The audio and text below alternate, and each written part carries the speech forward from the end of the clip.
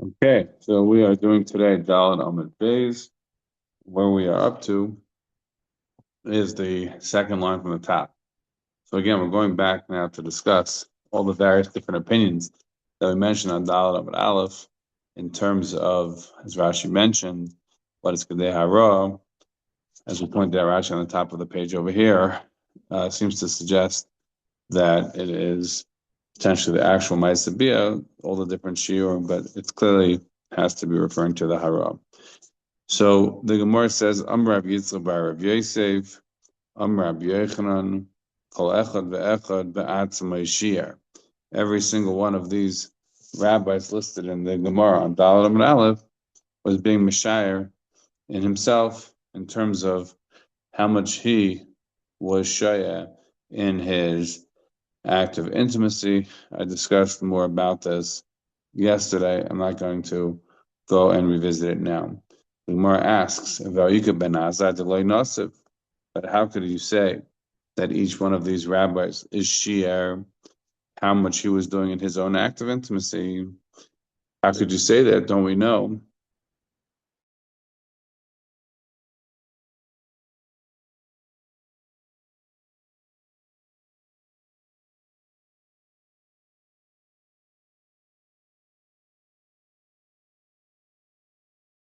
Suba Sam Gimel. We can answer like Tosfos. Maybe he got divorced. He never was able to stay married.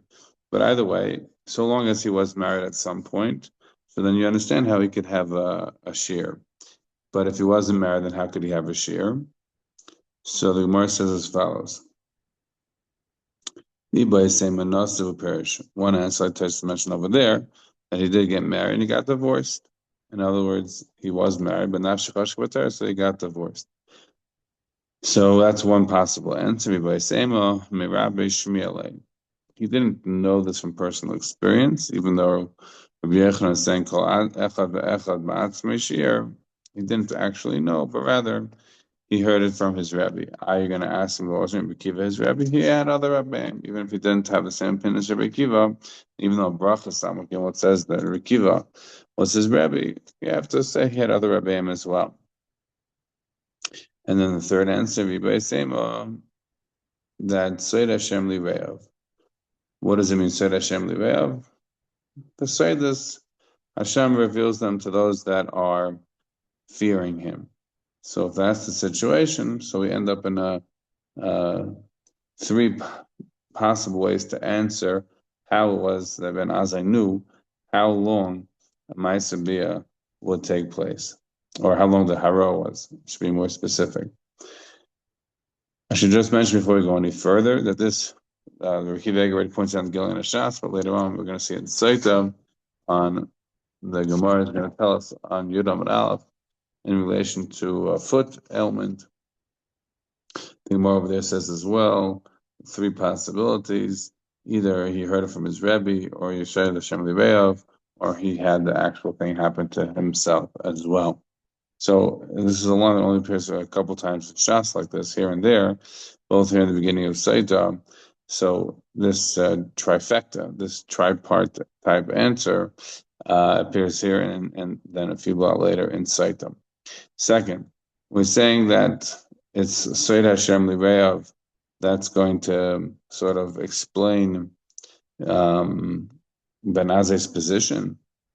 Sotah Hashem Liveav means that it's coming from Shamayim. If it's coming from Shamayim, don't we say that we don't paskin Leiva Shamayim? He one brachas. Sorry, Bamitzian and Tes. The Ma'aseh of Tana Shalach Noi Rabbi Lazar. We say Leiva Shamayim. So what do you mean? Sotah Hashem Liveav.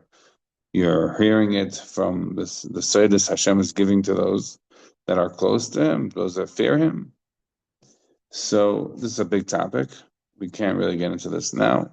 But the short of it is that even though it's true we do say Leiva Shamayim, we see that we don't always say Leiva Shamayim. For example, when it came to the Gemara in Eruvin and Gimel, the Gemara says that there was a basket that said we pass like Beis Hillel over Beis Shammai. I don't always say Leiva Shamayim. So and we see other kinds of examples as well. For example, about the Shal Shuvas Minashamayim, some Arishan, with all of his answers came from heaven, or the Ravid many times, and but in many places the Ravid talks about the Ruach HaKodesh that was Mehifia in Arbe Medrash, which is going to help him explain why he's right and the Rambam is wrong. Yeah, are these reasonable kinds of approaches in terms of halacha? Clearly, yes. There is room on the side to say that heaven does help somewhat. And so the question is, what is the distinction? When is heaven allowed to be helpful and when not? And that is a topic not for the moment. Continues the Gemara. Darish Rab Avira. Rab Avira said the following: Zimnan Amala Mishmei Rab Ami, Zimnan Amala Mishmei Rab Asi. Sometimes he said over this member that we're about to find out from Rab Ami, and sometimes he said it over from Rab Asi. Before we go any further, just to understand, what do you mean? Sometimes he said over member from Rab Ami, sometimes from Rab Asi. Why wasn't he consistent? I think the answer is because Rab Ami and Rab Asi, many times we find them in Shas, they always go together. Sometimes they dispute with one another, but Rab Ami and Rab Asi, they always go together. Why? Because they learn together. More in Berkes tells us about them that they lived in Tveria and they decided not to daven in the place where there was their shuls, even though there were 13 shuls in Tveria at the time. They decided to daven in the place where they learned, and the mashmais is that they learned together and they decided to daven in the place that they learned there in Tveria. And what we see is that fundamentally, Rav Am and Rav Asi always go together, and the Gemara tells us. For example, Yivam Tzadi Vav, the Gemara says that Rabbi Yochanan was angry at Belezer for saying something over, and not Shmei of Rabbi Yochanan. They went to Aram Ravasi, and he said to them, the story of what happened, and they said, "Oh, don't worry about it." To Rabbi Yochanan, because obviously anything he says, obviously it's coming from you, because everyone knows that he's your student. Meaning, they went over to Rabbi Yochanan and spoke together. The mashmayis being that Belezer said over to them the problem that he was having with Rabbi Yochanan, so he filed them together because that's where they were. They were always together. They learned together. Gemara in Sanhedrin Yudal tells us Rabbi Vasi got tzmicha together, and we have also the Gemara in Brachas Tazayin that Rabbi Lezer was getting married, so they made him a chuppah. Rabbi Vasi made him a chuppah. Married together, they made a chuppah. They learned together. They would work together, etc. So when Ravi was saying over a member in the name of Ram Ravasi, sometimes Ravasi, it's because they learned together and they gave share. And since they're basically sharing the Malchus, they're sharing the statue being Rosh Shiva, so he was able to sometimes quote one or the other. So what did he quote them for saying? Anyone who eats bread without washing their hands, it's like somebody who's mezana with a zayna. As that's the connection of the Gemara to the previous Gemara, because again we saw zayna together with lechem. So we're saying effectively that somebody who doesn't wash and goes to eat bread, so he is going to be considered as though he had an intimate relation with a zayna. Now, this basis of making this kind of deer from the pasuk is predicated on the fact that somebody is not treating the bread right, and so therefore, if he's not treating the bread right, it's though he had a relation with a zayin. Says the Gemara, but Rava notes, and we're going to see 2 times on the page that Rava notes the same kind of idea, that if you really wanted to say that the subject of this is the not treating the bread appropriately, not washing for the bread, and eating the bread without washing. So, in that situation, then shouldn't we have said first, at kikar lechem ad isha zayna? If somebody's not treating the bread right, the bread is the subject. So then you say, okay, that's going to be the consequence of not treating the bread right. That's somebody who's doing a ma'ases nus with a zayna. But if he says ad isha zayna ad kikar lechem, sounds like the subject is the isha zayna, not the kikar lechem. This is Rava's question. Amarava haiba ad isha zayna ad kikar lechem. this version of the that you want to darshan from the pasuk is based upon the fact that the pasuk says zayna first and then kikar lechem. So the zayna is there really to modify the ikar, the subject, which is the kikar lechem. That's the way you're saying it has to mean. But the way you speak Hebrew, that should have been written first. So what should it have said first? The ad kikar lechem ad isha zayna mi. It should have said first the kikar lechem and then say ad isha zayna, and then I would know that if you mistreated the bread, so then it's like you are being bayal and isha zayna. So therefore, Rav wants to say from the fact that it talks about the zayna first, then the lachem, that the zayna is really the ikar of the pasuk. The zayna is really the subject. That's the main thing. So what's Rav's drash? When somebody's going to have a relation with a zayna, so then in the end he's going to come to poverty and he's going to be begging around for bread. The point being that the subject, the main point is somebody's not acting appropriate with a zayna. That person will eventually come to need bread. He will become impoverished. Whereas the way of Revira was effectively learning it was that somebody who's not treating lechem appropriately but not washing, so he's going to come to be treated as though he was mizal the zayna, which again, as the way the Hebrew is written, really the order should have been reversed. Today's the Gemara. Amar Rav Zerika. Once we already talked about in Tias Yadayim, we want to continue this. Amar Rav Zerika, Amar Rav Lezer. Anyone who's mezalzel in Netilas Yadayim is going to be cut off from the world. So Rashi, look at Rashi over here. That the person generally, tamid, is a tamidis, doesn't eat with Netilas Yadayim. In other words, if it happens once in a while, we're not talking about that. Taisus as well. Look at the top Taisus of Nekam and Olam. Taisus has a few questions, but the point I want to just bring up for the moment is sort of midway in Taisus. Taisus says, "V'nira de zilzul shemizalzul b'tamid ein she'akira."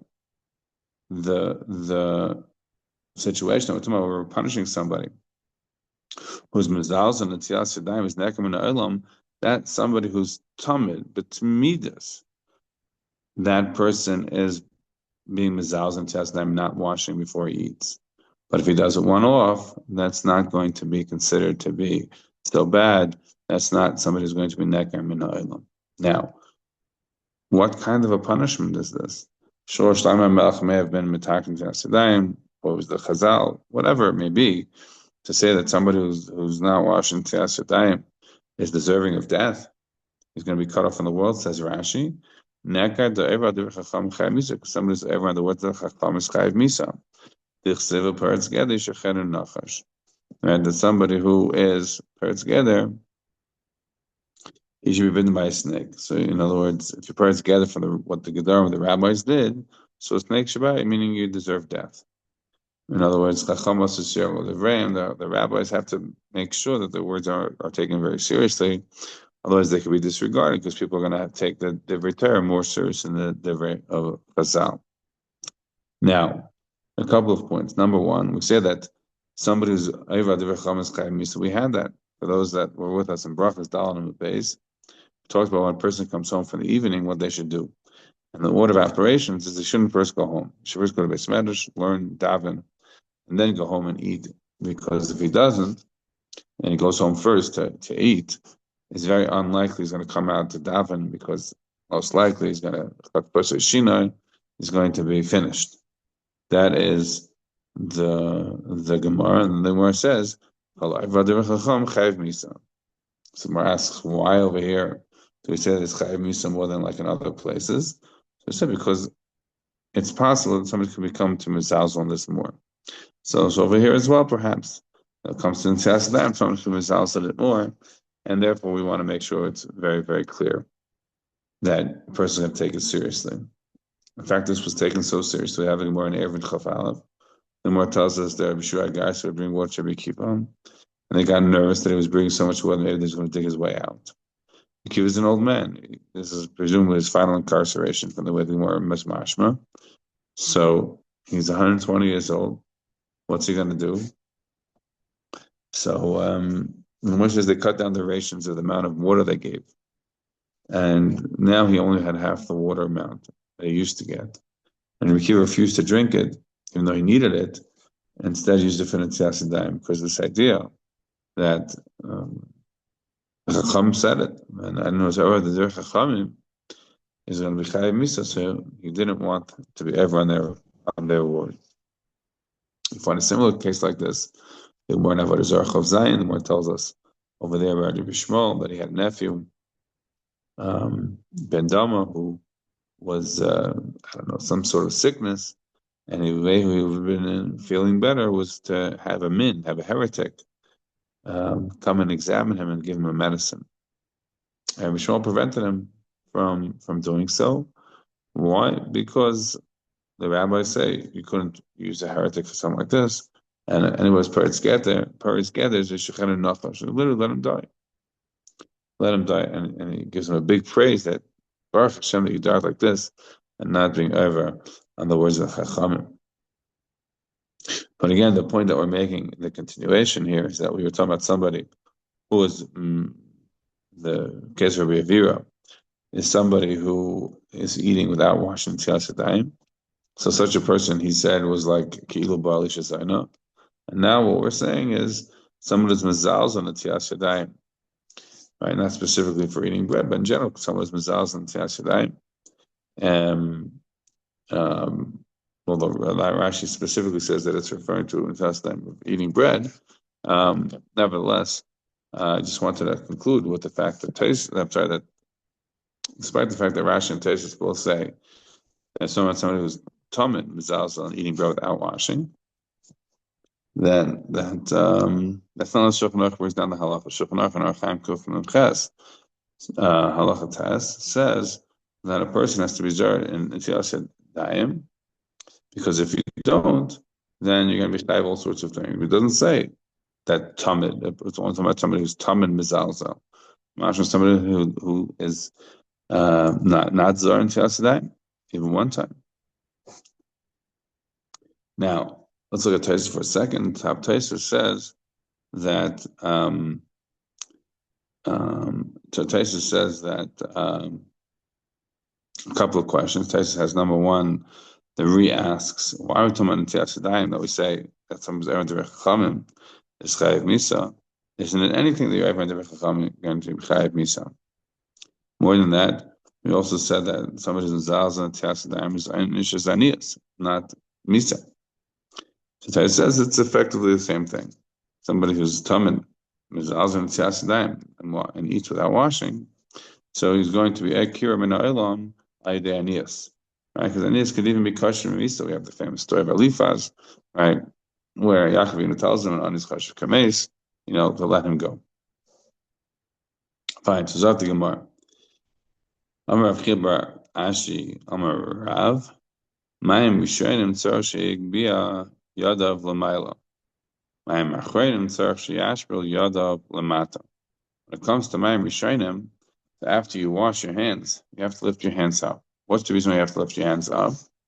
You're not saying, hands up, it's the police are here. No, there's a reason for it. The Mishnah Yadayim tells us the first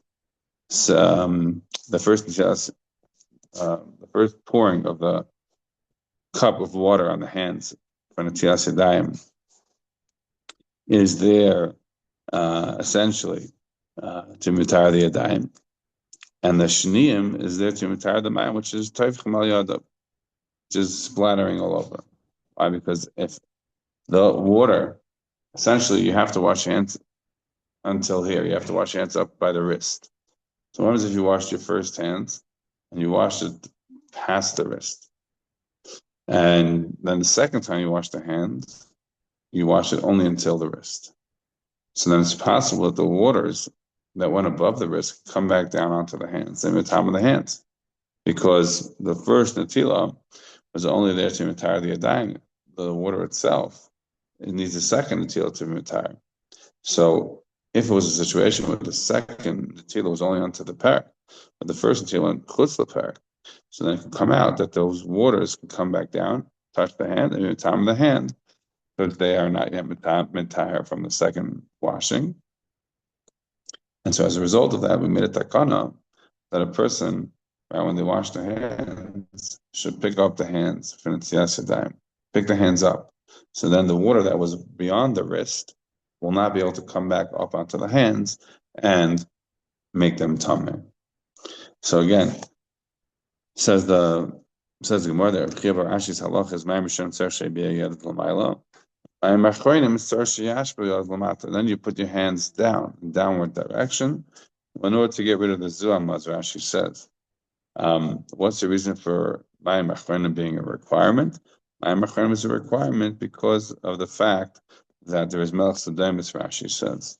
And Melech Sedemis is Musamas on Seinayim. It makes a person blind.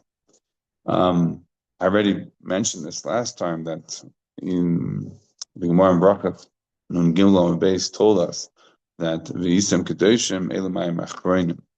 Taisa says, look, Ma'amar Chayim was something that they did in those days, and they were very makbid about it because of the fact that they had Mel Sedemus. But Taisa says, we've already Mizmanenu, meaning in Taisa's time, we don't have Mel Sedemus, and therefore we're not makbid on Mayim Achroinim. All right, so as it continues the Gemara, so when it comes to Mayim Rishayim, after you wash, again, unless you knew that you exactly did it to the parak, since it could have been the first one beyond it, you have to hold your hands up. Ramah writes there in the halacha that if a person, is 100% sure that potentially there's chilkei deis about it, but certainly, so Ramah wants to say, even if you kept your hands down at the beginning in the sink and you used one hand and your hand was down, you washed like this, so then the water should not have gone beyond the parak. Even then, it still doesn't change its halacha. So, a Ma'amar Chayim would be also, if you did Ma'amar Chayim, then you should be, putting your hands to the bottom. Shulchan Aruch writes, of course, they're not supposed to be putting it on the floor, right? Because again, it is, not appropriate. So instead, that's why all the Ma'amar Chayim always have like a little basin to put the water in. And if they're Ma'amar Chayim, you don't have to wash all the way up. You just wash it until I'm not sure exactly what this is called, but the middle part of the fingers. Okay, so Zag the Gemara. Amar Chibar Ashi, Amar Rav Mayim Hashem Sech She'biyah Yadav L'mayla. Mayim Rishonim, you have to pick your hands up. Mayim Rachaim Sech She'ash B'Lav L'mata. Mayim Rachaim, you put your hands down after you wash. And Tanya Namiyachi, the price that explains what's the reason why you put your hands up after you wash them. Just said I am before the meal. And Somebody washed their hands, they have to pick their hands up. Maybe the water is going to go outside of the wrist and it's going to go down. And since you need a second until to retire that water, it can come back in the time of the hands. If your hands were down, because you washed it over here and the water is going to be trickling down, again, in the time of the Yadayim. So therefore, hold the hands up. And then it will ensure that the waters that went beyond the parak not going to come back and time with the hands themselves. Somebody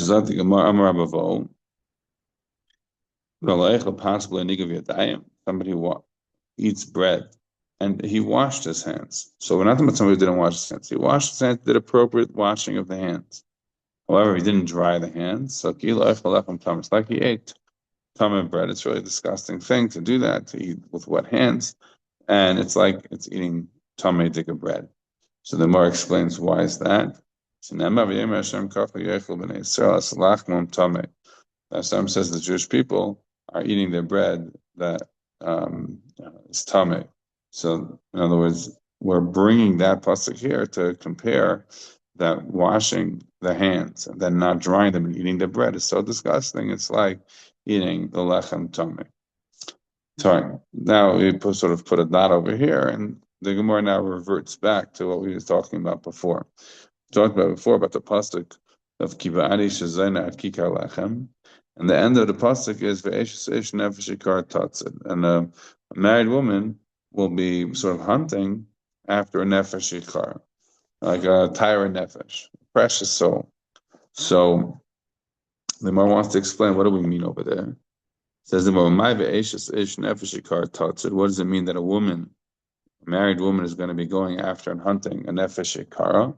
Amr Rav Chiya bar Abba, Amr Rabbi Yochanan, Kol Adam sheyesh by gas haruach. Any person who has gas haruach, any person who's haughty. And this next Gemara, all throughout Hay, is going to be dealing with gas haruach. Those are people who have big egos, very healthy egos. So anybody who has a lot of ego, eventually that person is going to get caught up in an adulterous relationship. Shneemar ve'eshes ish nefesh ikar tatzah. Because the pasuk says that a married woman is going to be going to hunting for a tireless soul. Right? What do you mean a tireless soul? A tireless soul. In this case, we're talking about a gasa ruach. As we'll see, Rabbi has a question on it, but at least in theory, an Evshikor means he thinks he's precious. Right? So he thinks he's very precious. He's a big ego, and people have a sort of tendency to desire those that are, in a sense, to bring them down. In a sense, they feel very full of themselves. So the Ish is going to be going after such a person who feels very high and mighty about themselves. Amar Rava, Hai Nefesh Shikara, Nefesh Gevayim Bailei. Rava says, okay, it's a nice drasha that you think that the Nefesh Shikara is really an egotistical person rather than a precious person. But if that was the case, then the word that we should have used in the pasuk is Nefesh Gevaya, not Nefesh Shikara. It's not like we can't find a pasuk like that. There's a pasuk in Mishnah. We're going to talk about it soon. Te'evas Hashem Kol Gavalev.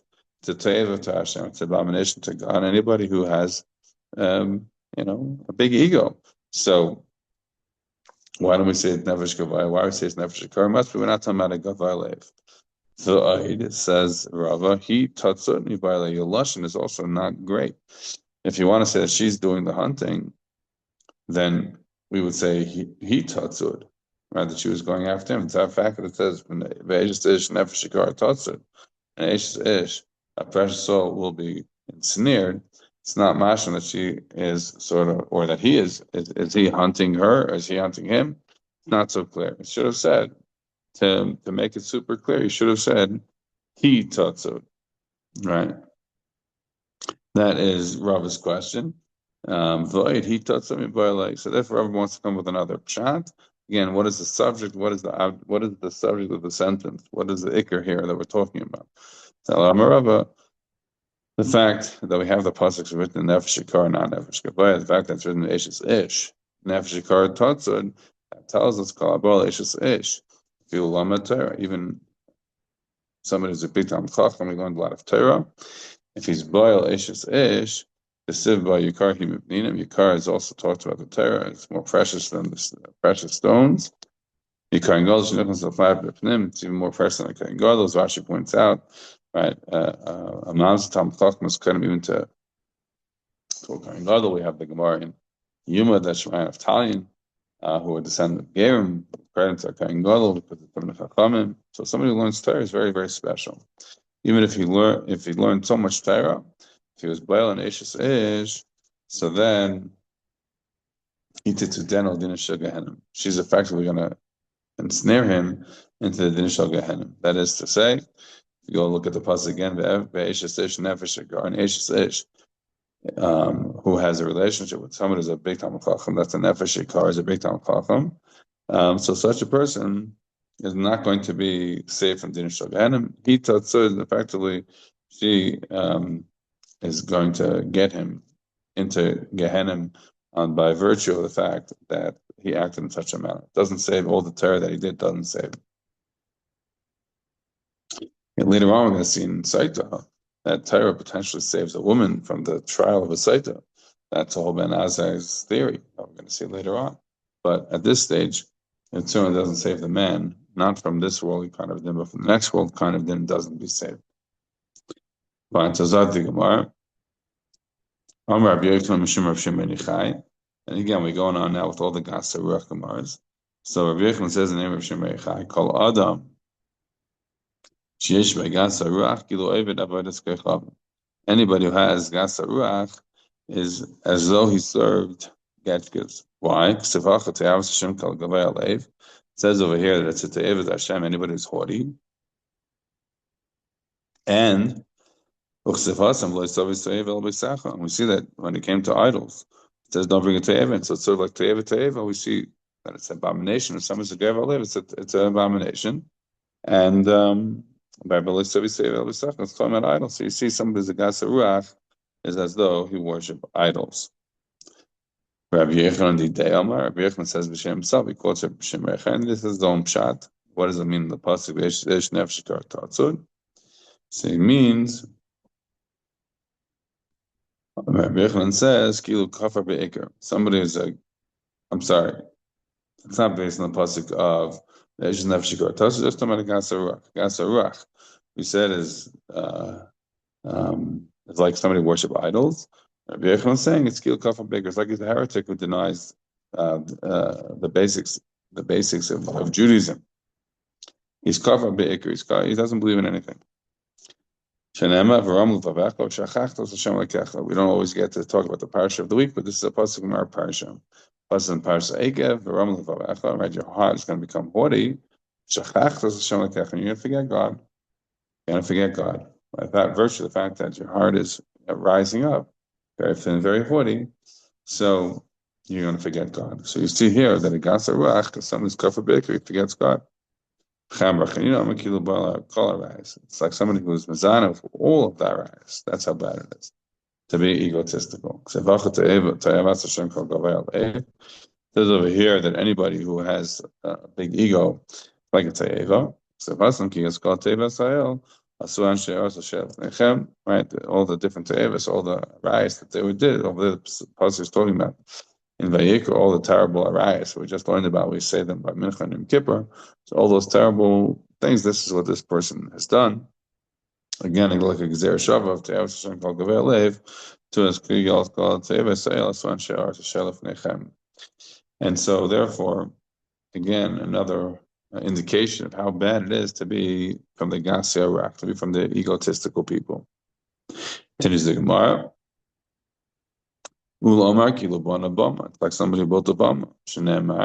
As the pasuk says, when we had, already in Brachas Yudal, this Gemara, right? A person should stop. Anybody has a soul in his nose and his nostrils. Ki bameh nechshav, right? Ki bameh nechshav. The pasuk is saying that how can he be considered? Ki bameh nechshav, how can he be considered? I'll take Bama, Alabama. Read it as Bama. So according to this understanding of Ula, somebody who's a Gasa Ruach is somebody who, as though he's building a Bama. Rashi says that Bama here is a reference to Avodah Zarah worship. I'm not sure why Rashi feels the need, meaning from the pasuk maybe, but why couldn't it just be just talking about a general Bama? Yeah. In other words, the pasuk is just saying Kibamen Nechshavu. We're saying Amen, read the Bama. But why does that have to be a Bama to everything Chavim? Why can't it be a Bama when the Beit HaMikdash was around and it was also in terms of Bama? Maybe because that was not considered to be that bad, and that's why I actually felt the need to stress the fact that it has to be Ovid Keflavim. Yeah. Okay, so this gives us a pretty good basis or opening into the Gasser Ruach. We're going to see again more on Hay. But now the Gemara wants to go back to the end of the pasuk that we said before. Pasuk says, "Yad lo yinaka," right? From hand to hand, the person will not be saved. That's the end of the pasuk where it says, "Ve'avas Hashem kol gavei ev yad lo yinaka." So he said, "To Te'evet Hashem, anybody so haughty, yad lo yinaka, they're not going to be spared. Yad lo. We want to understand what it means, yad lo. So the Gemara explains as follows: Amar Rav. So we have to put in here the Bach's Girsa, Rashi's Girsa. We're not saying the next lines of Kol Ish because that's not relevant. We're talking about Gase Ruach. So we're talking about a Gase Ruach. Someone who has Gase Ruach, even if he was attributing the creation of the world, the ownership of the world to God, the same way Avraham Avinu did, right? Avraham Avinu calls HaKadosh He's the creator of the heavens and the earth. He's as though saying that HaKadosh Baruch Hu owns it all. So even if this person, this Gasa Ruach, this person with big ego is saying this, and he's saying that Kadosh Baruch Hu controls the world, same like Avraham Avinu did. I feel like now Baruch Shemar Avraham Avinu the Sibbe or Messiah de Lashem Layain Ken Shemayim Ba'aretz Layain I came to Shel Gehenna. You will not be spared from the Din of Shel Gehenna. When you won't be spared means that God's Ruach is going to be punished, even if his gas is his relation to other people, but vis-a-vis God, he's humble, still not going to spare him. Then the Gemara says, Kashal Dvei Rabbi Shila. Rabbi Shila didn't love this drasha. Why? Again, he had a problem. Something like with Rabbi mentioned before, like what's the order, what's the subject in the pasuk? He said yad liyad layanaka. You said hand to hand, a person's not going to be spared. But what do you mean? Yad liyad. It should say yadei. Look in the box, Girsa. It should be yadei layanaka.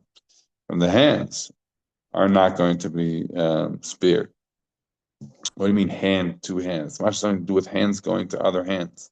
So if you want to say a different idea, over here, the yad liyad somebody's he's making a big ta'eva, it's not a situation that's not going to be spared.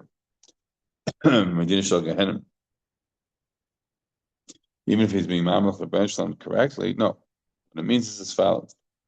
Ella, so we have to read the gates of the back. Yedei lo yinakim. That's what it should have said, not yad liyad. It should say yedei. That's referring to the hands of the person. He's holding up the hands. He's doing. Avraham Avinu says,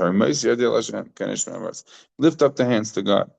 So you're lifting up the hands to God. That's not yad liyad. That should be yedei, right? Yedei lo yinakim.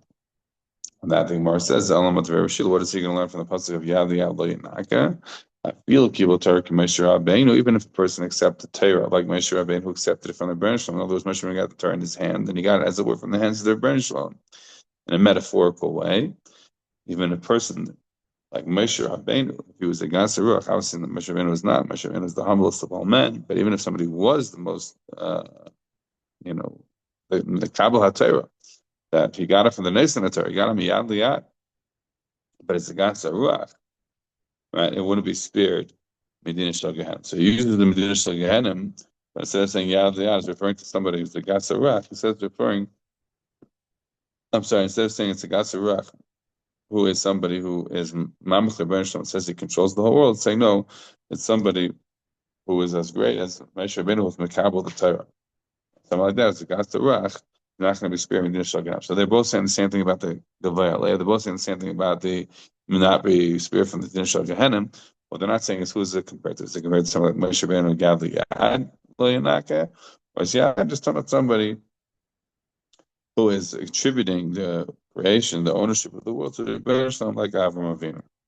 Says the Gemara, Ela Amud Yomi Shila, I feel kibul Torah Moshe Rabbeinu, even if he accepted Torah like Moshe Rabbeinu, got it from the hand of the Rebbeinu Shalom himself, as it were. The Sibbe Mimina Yishas Lamai Lo Yanaka Din Shel Gehenna, not be spared from Medina shel Gehenna. I'll have to stop over here and do hey tomorrow.